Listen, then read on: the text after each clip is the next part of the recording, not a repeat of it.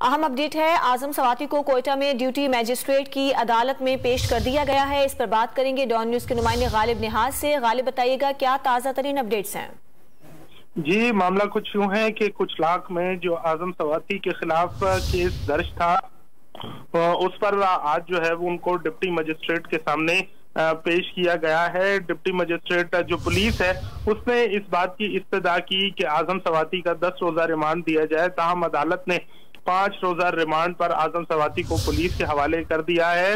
वाज़ेह रहे कि आजम सवाती जो है उनको पिछले गेट से कचहरी के इंटर किया गया और इस मामले पर मीडिया को भी अंदर जाने की इजाजत नहीं दी गई। बाद अज़ां मीडिया से बात करते हुए कासिम सूरी ने कहा कि इस तरह का जो निज़ाम है उसके हम बिल्कुल खिलाफ हैं और आजम सवाती की तबीयत भी नासाज है और उनसे मुलाकात के लिए पहले वकीलों से मिलने नहीं दिया जा रहा था और इस तरह की आमरीत का निज़ाम जो है वो किसी सूरत कबूल नहीं। ताहम इस वक्त भी जो है वो PTI के वकला कचहरी में मौजूद हैं।